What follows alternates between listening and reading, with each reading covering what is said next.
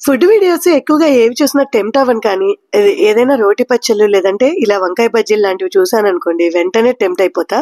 ఇది ఇన్‌స్టాగ్రామ్‌లో చూసాను. ఏదో నెల్లూరు వంకాయ బజ్జీ అంట. ఒకసారి ట్రై చేసేద్దాం అనేసి ప్రిపేర్ చేశాను. ముందుగా ఆనియన్, పచ్చిమిర్చి, టమాటా, మామిడికాయ, వంకాయలు వేసేసుకొని ఉప్పు, కారం, పసుపు, ఒక 2 టేబుల్ స్పూన్ ఆయిల్, వాటర్‌ని వేసేసి మూత పెట్టి స్టవ్ మీద మెత్తగా అయ్యేలా ఉడికించుకోవాలి.